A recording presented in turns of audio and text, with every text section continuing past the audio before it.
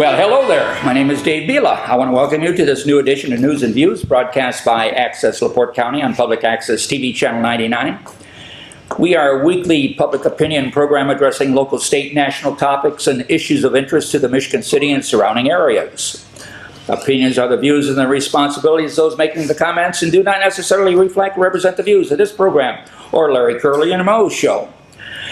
We will adhere to broadcast rules, but no one's, absolutely no one's First Amendment rights, freedom of speech, or freedom of the press will be either muzzled nor denied.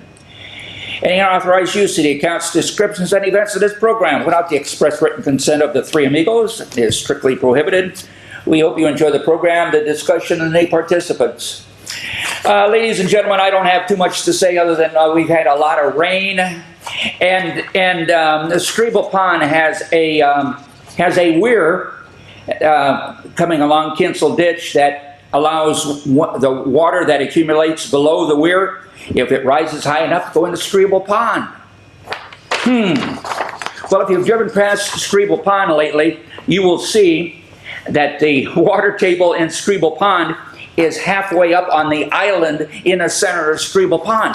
And there's a reason for that, ladies and gentlemen. At the last sanitary district meeting that I attended, they had some college kids who were studying the tree growth and everything else around Strebel Pond, and they found it extremely difficult to find little bitty saplings because they've all been cut off. And so they followed those saplings and the mud trail. And what they discovered... Careful. Follow a mud trail, you better be careful with that at the end. What they discovered, there is a spillover from this weir on the north side of Strebel Pond that allows the water then to continue down Kinsel Ditch and continue to Black Ditch and County Line Road. There's no water coming out of that spillover. You wonder why? Well, they discovered what the cause of the problem was. That the beavers discovered this spillover, and they are damming up the spillover of Strebel Pond. So if you happen to have a chance to go by Strebel Pond, you will see extremely high water levels in that area. And again, I attribute those high water levels to the beavers and blocking off the flow of water from Strebel Pond, which will eventually back up and end up in my basement and every other individual's basement who resides adjacent to Strebel Pond. The bottom line, ladies and gentlemen, again, I've been talking about this for a long time, and it seems like it goes on deaf ears, but I've got a map here, and I've got it a dotted black line. And that dotted black line is commonplace to the Trail Creek watershed. And the Trail Creek watershed encompasses a good portion from Ohio Street, J.M.R. Ruby property, all the way up to Lake Michigan. It also includes Elm and York and Wabash and Buffalo and Earl and Bees and Ogden and Earl Road and so on. It is included in the Trail Creek watershed. I've got maps, old maps to prove it. Well, I take this to the sanitary district who got, over the last 20 years, $20 million to clean out ditches in the west side of town from the west side taxpayers. And yet, this water is allowed to accumulate for 20 years, and the people are their hands are up in the air. What can I do when there's water in my basement? Well, there's a simple thing to do, and it came from Bob. That simple thing to do is to sign a petition and basically tell the Michigan City Sanitary District that since this property is within the Trail Creek watershed, and since they get over the last 20 years, they got over $20 million to clean out ditches, to tell the Michigan City Sanitary District, what's the director's name is Al Wallace? I believe, to do your job. Bob? Yeah, very simple. Storm sewers. That is correct. I was told that we were well over 90% completed in terms of separation of storm sewers and sanitary sewers. That appears not to be, based on what Dave has found, that is correct, the correct number. Well, they don't have any storm or they don't have it. Well, let me finish. And I do have a follow-up on that. So, Dave, on all of this, has been talking about the First Amendment, obviously the right of free speech, but there is a second part to the First Amendment. which is the right to petition your government. And once the right to free speech doesn't really get a lot done, we've spent $20 million and we still have the same problem. My point would be, it's time we took a look at the area. Where are the storm sewers and the sanitary sewers separated, and where are they not? And then putting in storm sewers, and if we have to, put in new sanitary sewers, but if we don't, we merely separate them. So as a result of that, the storm water that comes down will flow directly into the sanitary system and then out into Trail Creek. It's been done throughout Michigan City now since about the very early 1970s, and it's about time we took this approach. But I happen to be strongly in favor of looking at the sanitary sewer system for those areas on the west side, and even if there are some on the east side that are not separated, and now is the time to do that. Okay. Now, Tony's going to argue with me a little bit. He's going to say that we also got to be... We got to wait for David. We also got to be on social media. I won't disagree with that. It's nice to be on social media and let people know. But somehow we've got to get through, and we've got to get this sanitary sewer system separated. Thank you. Okay, if I hadn't driven away a majority of our audience constantly complaining about this issue, there may be a few people out there that still might want to listen. The last Redevelopment Commission meeting, Sheila Brilson Matthias made a closing remark prior to closing the meeting, and she said, maybe the redevelopment, I'm going to paraphrase what she said, but it pertained to the Redevelopment Commission maybe taking some of their knowledge and apply their knowledge and their efforts and their funding into maybe a West Side development or a West Side improvement. Because, again, for the last 54 years, Redevelopment Commission has been avoiding the West Side like it was the redheaded stepchild of the family. Yeah. So anyway, congratulations, Sheila. I know I've been hard on all you guys. Again, just those comments made me really feel good. There are two people, Dumb and Dumber, that are still sitting there that have granted a $2 million grant to a vacant piece of land south of Michigan City, and they gave the developer that $2 million grant. They gave the developer of that land $2 million grant to put in a new road. It's a road that will be intermingled between spec properties within the south side of Michigan City. Ohio Street needs to be improved. Sanitary sewers need to be gotten in the west side of town. Roughly about 50% of the population reside in the 2nd, 3rd, and 4th Ward. They are paying taxes to remediate the ditches that haven't been done in 20 years. I think I painted a pretty good picture, and I want to congratulate Sheila for at least taking the initiative to have the cojones to sit back and say, hey, maybe the west side needs to be looked at, because the revenue derived from the west side is a good portion of the revenue that the city of Michigan City gets, and the west side residents are getting nothing for it. I want to bring a couple points. The beavers. The beavers. The beavers. The Not bears. The beavers. The beavers. Why do beavers take and build beaver houses? They're building beaver houses for a reason. And they really like to block up water because that is their protection mechanism.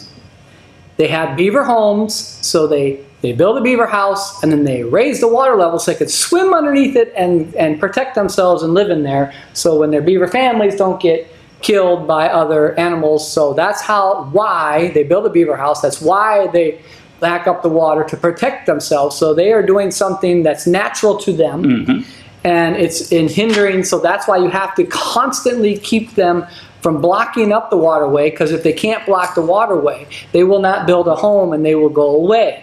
Well, it's really good for them in the wintertime. It's really, they survive in the warmth by their home and the water coming up and keeping them warm. So if you keep the water flowing, the beaver will go away, but that takes a lot of work. And I'm glad you brought up the First Amendment, because we had this discussion last week and a couple other weeks ago, and I didn't realize how important the First Amendment was. Here's the text, the First Amendment. Congress shall make no law respecting an establishment of religion or prohibiting the free exercise thereof or abridging the freedom of speech or the press or the right of the people peaceably to assemble and to petition the government for redress of grievance. The Congress shall make no law. Now, Michigan City just tried to pass a law to stop the petition of redress of grievances in the council. Well, that's on the verge of socialism, and I think that individual got put in her place. And I don't know why we have any attorney in any state or any city that says, listen, the First Amendment supersedes you. We can't even, don't even discuss this. I won't write this. I won't bring it forward. If you want to hire another attorney to do that, then I guess you have that right to, but that's not going to happen. The First Amendment, the first and most important amendment, stops from making laws to our ability to petition the government for redress of grievances. But if you watched the last Board of Works meeting, there were a couple individuals at the Board of Works meeting who supported the concept that the city council president was promoting. Again, what's our government being infiltrated by whom? That's the First Amendment of the Constitution of the United States. And I can't believe, because we hire attorneys to help us and give us guidance, the first thing out of them, and they shouldn't have done it in the meeting, they could have done it after the meeting, was, we're not writing this, we're not discussing this, we're not bringing this forward, I will not take part in abridging the First Amendment. But it went through 3 readings. Yeah, they paid an attorney to write it. They brought it through 3 meetings. We spent their time on it, which I think we have more important things to do, to stop people from redressing their government. And then Wow. she finally saw the light and withdrew her ordinance indefinitely. But there's still members, like I said, on the Board of Works who maintain that concept of limiting speech in regards to individuals having an opportunity to speak up at a public meeting. And you can speak up according to my understanding. You can talk about any issue whatsoever if you stand in front of that podium and identify yourself. Who was it? Thomas Jefferson? Yeah. When he was with Hamilton, said, I would rather live in dangerous freedom than peaceful slavery. Yeah. Folks, we're back. Here it is. It only took us 250 years to come right back to where we started, I guess. Going back to the Redevelopment Commission, I want to give you a financial update, because I try to keep you abreast of how much money they have and how much money they spend on a monthly basis and how much money does not go to the residents of 2nd, 3rd, and 4th Ward. As of May the 11th, the Redevelopment Commission had $4,396,554.71. 14 million? 14 million. 14. What did I Said 4. Oh, I'm sorry. Only off by 10 million. What's 10 million? Yeah, $14,396,564.71. In April, they ended up with a balance of $13,922,869.39. So for the month of April and May, they spent $473,695 and change. What's $500,000? $500,000. Yeah. They do not disclose the amount of money that they give to these various entities. They appropriate so much money here and so much money to the sanitary district, and but they don't disclose the entire amount. They just say this is how much we've spent, and it's an accumulation over all these people that we identify. Is that transparency? If they put their money into the state, what is it? I think the state auditor or state treasurer has an account and you can put it in and earn interest. They could earn about $500,000 a year. Just an interest. Now, they're coming up. Pretty good idea. Porter County does that. Yeah, on the 6th of They only spend the interest. The 6th of July, the 6th of June, they will get their spring draw. So their 13 million will increase to about 18 million. Because they get roughly about $8 million every 6 months. I'm just saying, all of the monies that we have discovered, the 32 million that the Redevelopment Commission spent on SOLA and everything else over the last 4 years, and the 20 million that the sanitary district spent on every place else other than the ditches in Michigan City that they're entitled to maintain. And all of these little nickels and dimes are now adding up to dollars. And they are big dollars. And what do we have to show for it, gentlemen? You got paved alleys. Employees get free health insurance, $1 a month. The police aren't getting, the police are still negotiating, right? They don't have a contract. I'm just saying. Well, I'm going to say, what do we have to show for it? We do have quite a bit to show. Paved alleys. Michigan City has done very well based on where we were 50 years ago and got hollowed out. Now, one of the temptations, and I'll talk about this a little bit, is to say that it was NAFTA, Mexico, and Canada that hollowed us out. Actually, they took third place. It was when we went into the World Trade Organization, the WTO, and then we gave China most favored nation status. That's really what showed us. And they hollowed out the manufacturing. And Michigan City was one of those places where we were very dependent on manufacturing. And you can just look at what happened to the northern part of northwest Indiana, which includes Gary, Hammond, East Chicago, Michigan City, and a number of others, and how much we lost in terms of that manufacturing. The positive, I will say, is that is starting to come back. And as a result of that, we've got jobs for people who are looking for employment, but our average straight-time hourly wage, and we could get into some discussions about this, is significantly below, or let me use an accounting term, materially below the national average. Now, the national average, when we looked at the last of the employment reports, came in at about $37, slightly over $37 for the average straight-time hourly wage in the United States. We're probably, and if Tony can look it up, that's even better, in LaPorte County, somewhere around $19 to $20 an hour. Whoa. Well below that. But we are starting to get people coming back. The data centers will be a big help. There's a data center that's coming into Michigan City, a data center that's coming into LaPorte. We've got manufacturing that's coming into Michigan City and LaPorte. These will be a significant help in terms of raising that average straight-time hourly wage. Now, somebody's going to say, well, let's just get rid of these jobs that are restaurant and stuff like that. Absolutely not. That's where kids start. One of the things we've done over the last 50 years is basically knock out the types of jobs that I did, Dave did, and others did. Caddying, I caddied at the Long Beach Country Club from the time I was 11 on up until 16. And I could get a regular job, especially in the summertime. Right now, you have to be 16 years old to be a caddy. And they've raised the minimum wage, which people think it's a good idea, but it doesn't help people to get their foot in the door.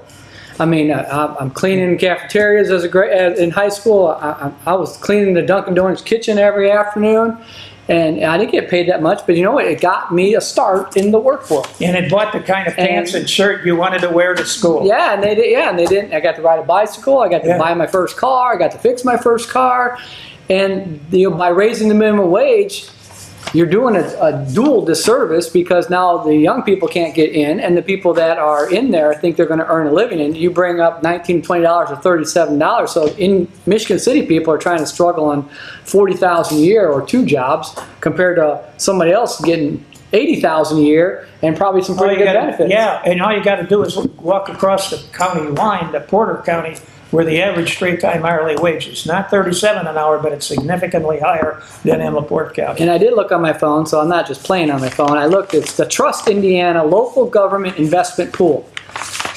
As of July 11, 2026, the 7-day yield is 3.64%. The Redevelopment Commission could earn 3.6.4% on $18 million. I don't know why we wouldn't, I don't know why, and I've learned some pretty neat things the past couple of weeks, that if you want to buy T-bills that are earning like 3.3% for 1 month, you can go directly to the government, and careful which website you go to, but you can go directly to the U.S. Treasury and buy them directly from there with no cost. Or there are investment firms that'll let you put your money in. I'm not talking a lot of money, a couple $1,000, $1,000, and you could put it in there and buy T-bills every month, or 2 years or 10 years. I believe the 30-year T-bill right now is 5 point something It's percent. just slightly over 5%. See, Bob pays attention, and that little money starts adding up. And while some of these investment houses, I don't care, I'm not going to say any names, pick one, do your research, or a bank, while your money's sitting there instead of your checking account, your savings account, it'll start earning about 3%. And you could easily, we have these phones, everyone plays on their phones, but you have these phones and apps, and you can. Everyone except me. I still look it up. And you're probably on a computer. You could swap money right out of these accounts directly to your account within 24 hours, sometimes immediately. So I don't know why we don't take it. It just, money should make money for you. I want to say, because today's a big day. We tape on Friday. It's a big day in the investment world, right? Yes. SpaceX went live. Oh my gosh, $130 per share. And the IPO, initial public offering, usually is not allowed very little to retail people. But I found out last week, or this week early, last weekend, I found out that some Elon Musk, like him or not, told the investment houses, you're going to make sure 30% of these stocks are allowed to be, by retail investors, $2,000 or more. And I think some are even lower. You know what? A couple years ago, Burger King had a free crypto giveaway with their hamburger or something. I got it, and I got this. And the way to get it, I had to get this Robinhood app. And I realized that one of the people that Elon Musk said could buy it was Robinhood. So I went on there and I asked to wait in the queue, could I buy stocks at $135? They gave me a few. So I got in this today, and I just made, what, 30%? Yeah. I thought it was going to go a lot higher. I was wrong. But hey, 30% is not bad in one day. So 30%, and you're just talking a few $100s. I don't have thousands of dollars, just a few $100s. If I made a couple $100, I'm good. I made out. And I don't know why when we shouldn't laugh about why we talk about real money, $1 million here, 10 million, 20 million, 50 million, 100 million for Sandra. Why we laugh about those numbers? Because we know, and Bob does this probably better than any of us, that 3%, 3.5%, or 5% is a pretty good deal. That's like free money. But it depends on the rate of inflation. That's the other situation. Yeah, but if you don't do it, you're going to ding the other way. You're losing. Yeah, you're losing. But if we have 18 million don't even take 18 million, take 10 million in the redevelopment and put it in the Trust Indiana Fund and earn 3.6% on a 7-day rolling average. That's what, about $500,000, and that's what they spent last month. To be nice. Porter County sold or gotten the deal with their hospital, right? And the hospital moved to Porter County out of Valparaiso. And they had, I don't remember, $20 or $30 million from that hospital. And the council members and the Porter County commissioners put it away, and they made a law, and they ruled that they cannot spend the principal, they only spend the interest. And they've been doing that for, I think, 10 years. And the interest is what? Sometimes it's been $300,000, sometimes it's been $700,000. Depends on your interest rate. But they've had that interest rate, so their principal has never been touched. And at some point, I understand in the past that the county treasurer would do that, and they would earn like 1% or something, until they figured out, hey, this Trust Indiana thing is set up for us municipal people. Why don't we put our money there, and we could take it out anytime. I don't think there's any stipulation that you got to hold it in there. They will give you 3.6% right now on a 7-day rolling average. I don't know why we wouldn't take advantage of that, especially in the accounting world. To give us a little update, the accounting world is different now. Now this paper, we have digital accounting and we have digital swaps. They happen instantly. I don't know why we would why would we give away money? We're just giving money away.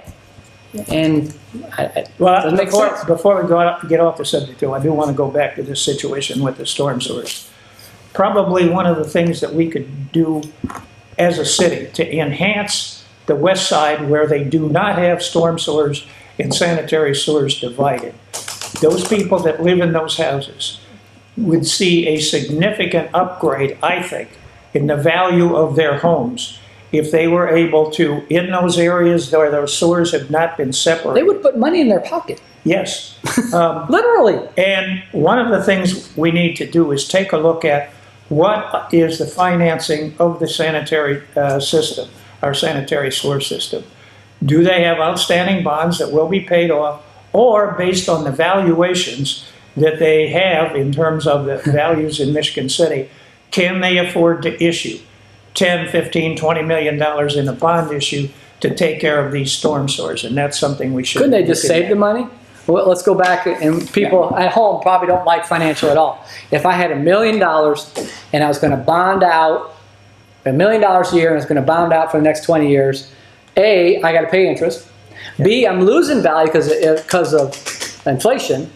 And C, I'm losing value because I didn't earn the interest on the $1 million I could have put in the bank. Why don't we just hold our money, put it in the rainy day fund, earmark it for a project, and wait 10 years? The problem with that is somebody's going to come along with a pet project and it'll get spent for something. Not if the council says, listen, we're going to pass You this got to ordinance. put an ironclad on They're going to that. put an ordinance. They're going to say, listen, this is $1 million going to get saved for this project, for a $10 million project 10 years from now. And if you want to override it, it's going to take 8 members of the council. They can do that. Yeah. They can Okay, pass an all ordinance. right, I want to get my 2 cents in, all right? I applauded Sheila for doing what she's doing. Yeah. In my mind, on my map, there is a black line, okay? There is a black line, and that's Ohio Street, leading up to Highway 20. That black line could be a storm sewer that would encompass the water flow from this area and then proceed to go to further west. If the redevelopment commission wanted to consider a project, It'd be an interceptor that would take the water that's coming out of Village that Green is and correct. now going all the way to the east side of town. That is correct. And And that's- redirect it to the Kinsel. And that span would include from Henry Street, Earl Road, Ogden, Riviera Drive, St. John Road, and Ohio Street. If the redevelopment commission wanted to invest their funds wisely, since they gave away the $2 million to that vacant parcel of land, that 30 acres of ground, to somebody in Crown Point, they could reinvest in storm sewers and incorporate that storm sewer project in this area to a new Ohio Street from the CSX tracks to Highway 20. That traffic flow down Ohio Street in front of my house, people going down there like a bat out of hell. Driving and driving and driving, and again, ambulances are driving to the hospital. The traffic has quadrupled since I've lived there 20 years, for 20 years. I'm just saying, there is a project that encompasses, that there's a project within the Trail Creek watershed that encompasses the 2nd, the 3rd, and the 4th ward. And this particular project would accomplish better roads and a storm sewer dewatering of the area that would include Marquette Mall. I mean, but yet the redevelopment commission wants to continue to urinate the money away. 32 million plus on SOLA. How much other money? And you got Skylar York and that Clarence Holtz just sitting there, head noggin, going back and forth, and they don't look at where the money is coming from within the city of Michigan City. It is coming from the 2nd, 3rd, and 4th wards. They are contributing. The taxpayers are there. A lady on the Board of Works, when this subject came up, she says, I live on the west side, when Don Przybylski talked about streetlights. She said, I live on the west side, and some of my streetlights are still burnt out. They're not replacing them. This west side has been ignored for the 20 years. And again, congratulations, Sheila, for stepping up for the residents of the west side. What you have to do is step down on those 2 individuals that are sitting adjacent to you. What's his name? Skylar York and Clarence Holtz, and make them realize what their job is all about. And that is to improve the entire city. Not just some select vacant land that may become prosperous in 20 to 30 years. Not giving away grant money. Giving away grant money to residents outside of the city of Michigan City who live in Crown Point that wants to put up spec buildings. Okay? And Skylar just sits there, you know, as if he's oblivious to the fact that more people live in this area, in these 3 wards, than live in the rest of Michigan City. Michigan City proper, according to the Trail Creek watershed. This is ridiculous. I don't think he understands his purpose in life, and his purpose in life is to take a blighted area of which Michigan City was designated how many years ago and improve it. Well, he's He's accomplishing something over the last 20-some years after I brought a few of his shortcomings to the attention of him, but he still won't give me the credit for it, but he's now filing yearly reports. Skylar, somebody must have got to you. If it wasn't me, it was Baker Tilly. Okay? These two people are talking about economic development in the city of Michigan City that basically obligates the taxpayers of the entire Michigan City 6 wards. It obligates the taxpayers to a debt, paying off the bond issues for vacant land here on the east side of Michigan City for the next, until 2048. And they continue to issue more bonds and more bonds and more bonds. And the residents of the city of Michigan City who reside alongside Kinsel Ditch, who don't have a stormwater remediation taking place, they live on a yearly basis with water in their basement. Now, come on, people. There's two people out there that have to wake up, and I'm calling them on the spot. Do your job, and do your job for the entire residents of Michigan City. Clarence Holtz brought in a trucking company into an area here, into this wetland. And the first gigantic rainfall, the trailer company that came in from Grand Rapids, Michigan, had to pump out their property to get the water away from the trailers that they brought in. You got people of limited intelligence pertaining to the lay of the land. I've been here for how many years, Bob? You've been here for how many years? I was born and raised here. You were born and raised on the west side. What improvements have you seen on the west No, side? I was actually born and raised on the east side. Now, my grandfather, the homestead was on the west side. Okay, what improvements have you seen for those last 54, 55 years? Well, I have to give some credit to the Democrat City Council in the late 60s. They did put in a new sewer system because the old sewer system was put in by the prison in the late 1800s. It was the first sewer system, by the way, in Michigan City. And it ran up Willard Avenue and some of the arterial streets in there.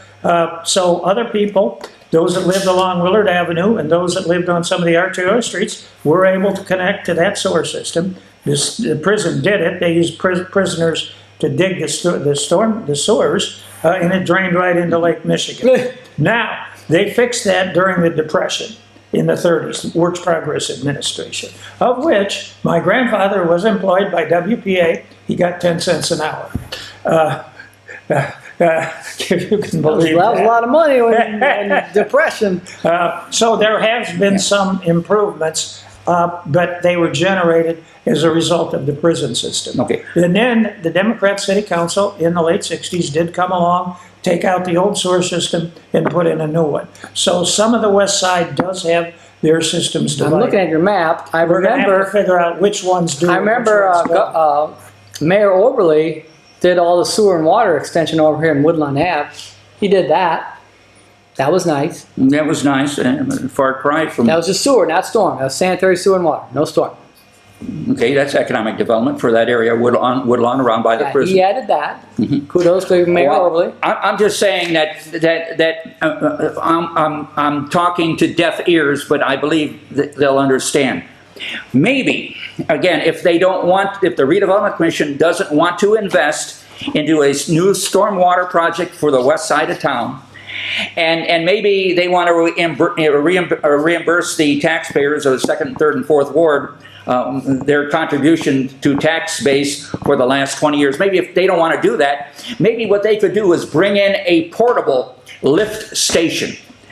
And at Strebel Pond or someplace down the road from Strebel Pond, put this portable lift station on city property to lift water over the railroad tracks of the Amtrak tracks so that they can then dump water into Lake Michigan and have this lift station pump water, because they understand this concept of pumping water from the west side of town into the Trail Creek watershed. Al Wallace talked about, we're going to take some of the water, the standing water on the west side of town, and lift it up and put it into the Trail Creek watershed. Al Wallace understands that. Well, why don't they also understand that maybe we just take the lift station and maybe we'll put 2 lift stations. One to accomplish what Al Wallace wants to do. He's a certified engineer. I don't know if you know that Yeah, or he's a not. PE, I think. Yeah. He's Yeah. qualified. And take the second lift station and put it in front of the Amtrak in front of the Amtrak tracks on the west side of town to then lift the water up through the culverts and continue to go down the Black Ditch. There's also a beaver pond on the other side of the tracks that are preventing that from happening. L. Wallace assured me, oh, we're going to take care of cleaning out Kinsel Ditch. And they started, what, 3 weeks ago? And they, under the CSX tracks, they dug 2 holes, and then they dug another hole someplace. But when are they ever going to finish their job? The remediation of the entire ditch area, there are still trees that are 24 inches wide that are falling into the Kinsel Ditch. They did remove one. I'm just saying that the sanitary district has been ignoring this for 20 years. If you, viewing audience, if you don't care, well, maybe you could suggest to a friend of yours who might care, who have water in their basement, to contact the sanitary district and present to them this concept to the sanitary district, basically stating, we don't have storm sewers. Huh? What's wrong with that? We continue to pay for something. We're being taxed for something. I resided in the 2nd Ward. I was a 3rd Ward councilman. And now I live on South Ohio Street. We still have water that goes back, what, 54, 55 years? When is somebody going to wake up? Do you really want a project on Ohio Street going, because they could do it, the redevelopment could do a project and have, I think there's plenty of room down Ohio Street to put curb and gutter and parking spots and 2 lanes and a turn lane. But we did this south of 20, and what was that cost? 18 million? Remember they did that? Yeah, that was the extension to Franciscan Hospital. No, we did it in Michigan City from 20 to 400. And I think for 20 to, yeah. Well, that... So do you really want them to do another the traffic $30 million project? The traffic... The residents of the 2nd, 3rd, and 4th Ward have already paid $20 million towards this particular project. Somebody owes these residents their return on their tax dollar that they spent. That is all I'm saying. They'll do it, and it'll be $30 million. And if you and watch, ladies and gentlemen, watch pretty soon when the new rate increases are water and sanitation materialize. You're going to be surprised. It'll be a fun year next year for election. You're going to be surprised. Okay, I'm going to change the subject a little Good. bit. I'm going to get a big holler out of this one from at least one person on this board. But I happen to be very favorable toward what our governor, Mike Braun, has done in terms of the gas tax, the excise tax, and the sales tax, which is the combination that we get the gas tax out of. I like it for a number of reasons. First of all, it really does help. And I have to be honest about this. I have 8 grandkids that live within the Michigan City area. 5 of them have graduated high school. They are in various academic programs and or they have jobs. So as a result of they are commuting back and forth to work. Gas hits them very hard because they're basically in startup type jobs. I have 3 grandkids that are still in school. Their parents have to drive them to school. Then if they have a job, go to their job, then pick them up after school. They use a lot of money in terms of what they pay for gas. Now, in terms of what Governor Braun has done, nationwide, and now this comes from the American Automobile Association, the AA, last week, 2 weeks ago now actually, the average price of gas in Indiana was $3.41 a gallon. The national average was $4.16 a gallon. So basically, as a result of what he's done, you're saving about 62.5 cents per gallon. When you are at the base type salaries in terms of the jobs that you have, or just slightly moved up from there, this makes a heck of a lot of difference in the amount of money you have to spend for clothes, for food, and for other necessities in life. This is spread down to some of the lowest income people, but those that are working in our state. And I happen to think that is a very favorable way to go. Now, can we afford to do it? Well, there was a I guess, a TV station in Indianapolis that basically said, we're going to lose, as a result of the gas tax being suspended, about $140 million per year. Now, that, by the way, divvied with the governor's numbers, because what the governor had was, he said basically, we're going to lose about $90 million a month in excise tax, $50 million a month in sales tax. So you're talking about $140 million.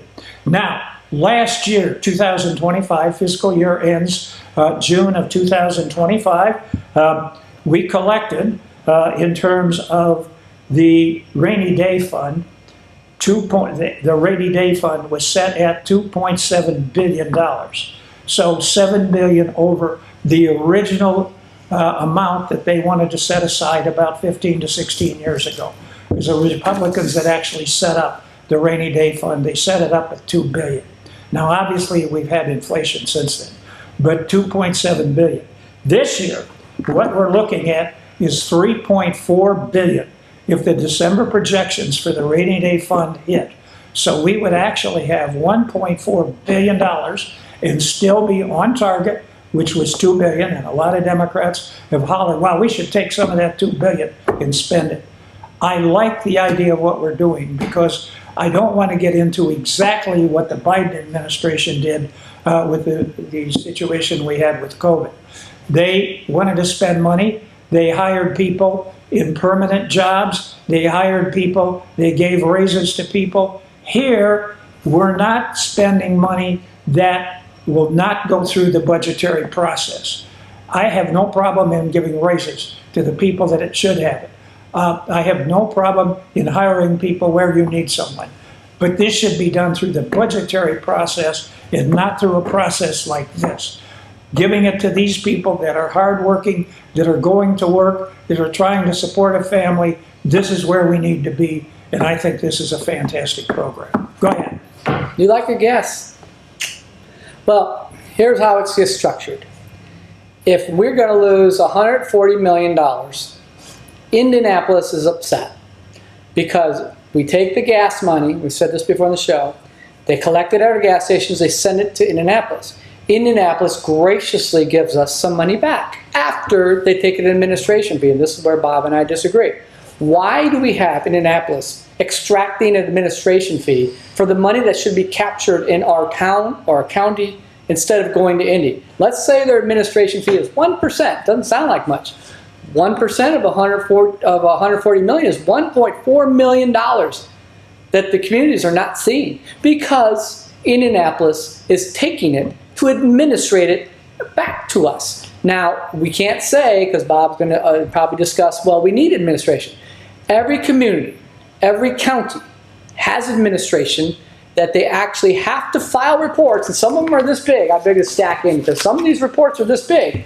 And to ask them, the community crossings money, CCMG money, to give us back, graciously give us back some money if we match what they're going to graciously give us back. Why would we let them take it in the first place? $1.4 million would go a lot better on roads than Indianapolis, and you're going to see Indianapolis rear its ugly head again because this $140 million hurts them personally, hurts their people and their jobs with their high average salary and their benefits, because that's $1.4 million they're going to have to budget around. They're not going to want to fire people in Indianapolis. This money comes from us, goes to Indy, extracts an administration fee, and then they give us half back if we match. None of that makes sense. Let's just take our money that we get from our gas stations and we use it for what we need. And if there's extra, we can give it back to Indianapolis, and maybe some communities need some extra money, and that's fine, but not the other way around. So the gas taxes are great. It's a user fee. I am 100% on board with user fees. You use it, you pay, you get the bonus, and you get the streets that are paved. Now, yes, people that need the money and drive on these nice, un-pothole-ridden roads so it doesn't ruin their cars would be much happier if the state of Indiana wouldn't extract money from us in the first place. And we would have more roads paved, and that'd be more money in our pockets because we don't have a tire that gets, a rim that gets destroyed, or we don't have our front end that gets out of alignment, and we're losing gas mileage because the roads aren't nice and smooth. Because somehow this is the system we set up, and we give our money to Indy, and we hope they graciously give us some money back after we fill out all their paperwork, after we do all their permitting, after we prove to them we're spending on a pavement, and after we match it 50-50. Does any of that make sense? Not in any world it doesn't make sense. But you're for it. To change this system, you're going to have to go through the state legislature. It's going to take at least 6 to 8 years. Oh, it could take 1 year. Oh, yeah, right. It could take one. How many representatives are not? How many representatives? You can't get a dozen donuts through the state legislature How in many 1 year. Who the hell are you kidding? Don't represent Indianapolis, Marion County. The majority of them, they should say no. It's going to take 6 to 8 years to change this system. 1 year. He and I totally disagree 1 year. on this. 1 year. Good luck. Good luck. Now, these people need help right now. Not even 1 year from now, and certainly not 6 years from now. Now is the time to give it to them. The governor has done this. I'm happy about it. And by the way, one of the major determinants of how much money you get is the miles of paved road in your governmental situation. Michigan City, LaPorte County. They look at miles of paved road when they give you back the money. Now, the more roads you pave, the more money you're going to get back. Yeah, they give you some money back graciously out of the kindness of their heart. But we need to keep these kids going. Yeah, let's use our money the best we can. Stop hitting them up for the kinds of gas that they would be paying, because they're the ones that have to drive to work. They're the ones that have to get their kids to school. Let's let them have this little bit of money that they're able to come home with as a result of not having to pay the tax. Thank you.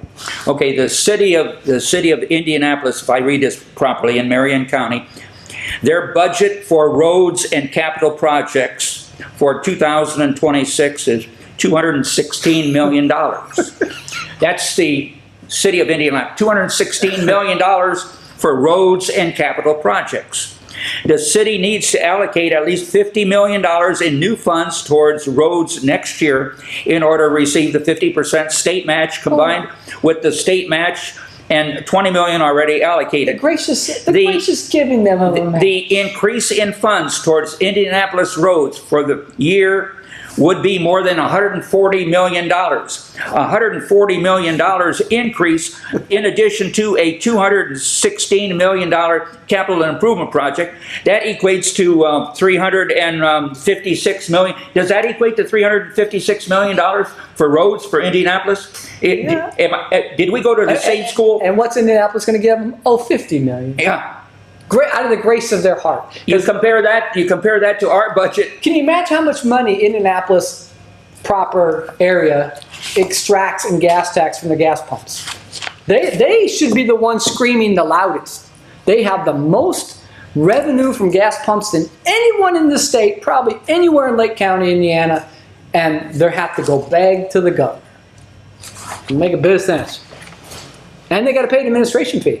The amount that they have reduced the cost of gasoline per gallon in the state of Indiana has mainly gone to, if you take a look at it, those people who are traveling with cars to work and back, those people who are taking their kids to school in cars, picking them up and running them back. Those are the people that are getting the benefits out of this. They're paying the most. They're getting the benefits. That's the important thing. Could I ask, pertaining to this new $50 million for new funding, is all of that derived from motor vehicle highway funds? That's the money which the state collects at every gas pump. Throughout the state, right. And they put it in a pot in Indianapolis, and then they very nicely, the governor in the kindness of his heart shares some of that with us. No, like when And he acts like it's so good to do it. Oh, Bob, here's some money. when you go to a bar and ask for a glass of beer, and the frothing of that glass of beer that they pour, you see somebody with maybe a stick and cut that frothing off. Could that be construed the same way that the governor is taking the top of the cake before the contents of the glass is These people consumed? haven't been to a bar. These are Democrats. Time out. You can tell I'm using him. You can tell these people haven't been to a bar recently and ordered a craft beer that was brewed in Michigan City. Because believe me, you are not going to get believe the bar bill after you have 3 of them that you are going to get. Well, when you look at these dollars, what's a million here, a million there, 140 million here, 260? What's the What's that? Indianapolis. That's our capital. That's the capital of the state of Indiana. They deserve every dollar that they can squeeze out of us. And we deserve every dollar that we spend on new tires and remediation of the roads and of the cracks. This from a guy who has tape over his gas tank because the damn thing is about to explode. Are you kidding That's me? NASCAR speed tape. Trying to get better gas mileage. Anyways, there's the argument. Are you happy that the governor's giving you some money back that you gave him in the first place? I guess the answer is yes. Yes, I am. Indianapolis faces a disadvantage in maintaining travel infrastructure due to the state road funding formula. There you go, the funding formula. The funding formula. Of which that is an administrative cost. I don't know what it is. And but if it's 1%, and they want more. And they want more. if it's 1%, the governor's going to give us some money back. This was an article. I brought this article because Indiana Business. He's just reading the front part. The back part is what I brought it for because quickly, Indianapolis proper wants to start another tax and a fee on your vehicles, and I believe it was up to like $250 a year extra, so they could a flat annual fee of $100. Get ready, folks. Every community is going to do this. But that Another flat that's fee. for Indianapolis area. Well, this is just a harbinger of things to come. You don't think every municipality will see this and see how it plays out, and they will want another flat annual fee because the vehicle wheel tax is not that much money. And kudos to Mayor Angie for telling us that the actual amount is not a lot, but it's something. Now Indianapolis wants you to put another flat fee on your car. It's coming right down the pike. Just because the money we spend in gas tax at our pumps gets sent to Indy, and then they graciously give us some back after they extract an administration fee off the top. That's the way it works, and Bob seems happy with it. I don't think. I think it's atrocious. We should never do that. The important thing is, my grandkids are getting the benefit of this. So are a lot of other people in the same situations where they are just starting out in life. Now, I got 5 of them that are in one type of situation or another, a job and going to school, and I got 3 of them that are still in school. So as a result of this, yes, they're getting a big benefit out of this. But there's a lot of people in the same category that are getting a big benefit out of this. Stop trying to take it away from people who badly need Trying to give them more. We're going to repave Johnson Road, and everyone knows Johnson Road, major thoroughfare in our county.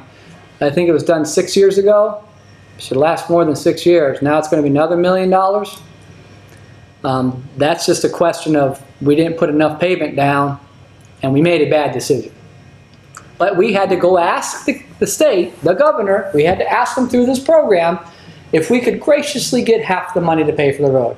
If we trapped that money in our town, in our county, we would never have to ask. Aren't they straightening out the curve? No, They're not. They're still. it's just a So it's just a repave. They're putting a thicker pavement down. Well, they're cutting a lot of trees down on the west side, on the east side of the road, east side of Johnson Road. Yeah. Why do they cut the At the trees? hill, top of the hill? Over Summer by Farm? over by that Waterford Inn, that area, that curve around Waterford Yeah, they're not straight. They're cleaning ditches. Inn. No, No, line trimming. Yeah, line trimming and cleaning ditches. The county's out there cleaning the ditch because a lot of water rolls off the summit all the way down to Waterford End. You can't imagine how much water rolls down them It ditches. goes into the Trail Creek watershed. It goes to, and they have to clean those ditches to make sure they function. It doesn't undermine the road. You mean somebody knows how to maintain ditches in LaPorte County? Yeah, and you see the county highways doing that themselves. You see those county highway crews. That's LaPorte County Highway with their own flag people, their own ditch diggers, their own dump trucks, doing it themselves. And then they were cleaning the limbs out. And they're cleaning, yeah, and they're cleaning those. So Johnson Road next, if this watch this Monday, you shouldn't be going down Johnson Road. They're cleaning all the trees out because it's a wreck. And we're trying to make sure the power lines don't get knocked down in the big storm like we just had. Well, who was the entity that authorized this ditch cleaning in the county? The county commissioners had the county highway do it. Maybe some of those county commissioners should come to Michigan City and inform the sanitary district how to help spend their money. Because if you look at any road that gets paved in the county, if you pay attention months or a year before, you'll see them out there cleaning the ditches and putting new pipes in under the road. So when they pave it, it doesn't get cut up. Like Bob always said, if we're going to do this, let's do it once. Let's do it all at once. Let's get it, and then let's put nice new pavement down. The county gets out there proactively to fix the pipes under the road, clean the ditches, and then when the road's paved, it works. So let me see, do I understand this right? The residents of the county are being assessed a tax for ditch maintenance. Am I correct? No. Where does the money They come have from? their legal drain. They get it from the same place the city gets it, and every city gets it. They get it from the motor vehicle fund, MVH funds. Yeah. They get it from MVH funds, Really? which is separate from CCMG and separate. The county doesn't have a stormwater countywide fee. Porter County does, Lake County does, St. Joe County does. So then that Yeah, specific tax that's levied on the taxpayers of Michigan City, that they're on their tax bill? That's a separate tax the county does not get, that Michigan But City does. That was supposed to go to clean out Supposed to ditches? clean ditches. That sanitary district doesn't do. Something don't add up right there, people. Never does. We're getting down to 2 minutes. Bob? You I said what got I had to say, but enjoy that extra 62 cents per gallon. I think the governor did a great job when he came up with that program. I think he should have taken half. as an option to the 62 was a cents a guy- gallon, is just stay home, watch TV, maintain your yard, rake leaves in the fall of the year, do things, plant. You may go take a trip once. Don't send those leaves onto somebody else's property. Go Yeah, be ahead. quick. Enjoy the summer. The beach is beautiful. Franklin Street's great. Enjoy the festivals. Well, guns on Washington Park Beach. That's We an got to issue. talk about Don't want to that. hear about that. So, No, we got to talk about that. we do. We got a minute. We can't No, cram we got that into next the week last or the minute. week But again, Close us out. that young county officer who got shot. Again, he's got a GoFundMe a page. Again, dig a little deeper, and contribute to the GoFundMe page, because these people provide us a environment safety to live within. I want to thank everybody for watching. Your improvements or criticism of this program is greatly appreciated. Please contact Show's co-producers Bob Pollock, Dave Bila, or Tony Hendricks with your comments. You can email Bob at skrpollock@gmail.com, Dave at djbila1@hotmail.com, or Tony at emailhem@yahoo.com, or you may direct your ideas for any future shows to our one and only staff writer, Sarah Bellum. She accepts snail mail. Showing of our program will be Saturday morning at 10 a.m., Monday and Thursday evening at 7 p.m. on Channel 99. You may also watch rebroadcasts of our program, 99 Navigate News and Views. We're on the internet. We're on YouTube for the last, two and a half years. So you want to put yourself through that drudgery, you can watch our program. I want to thank everybody for watching, and make it a good day.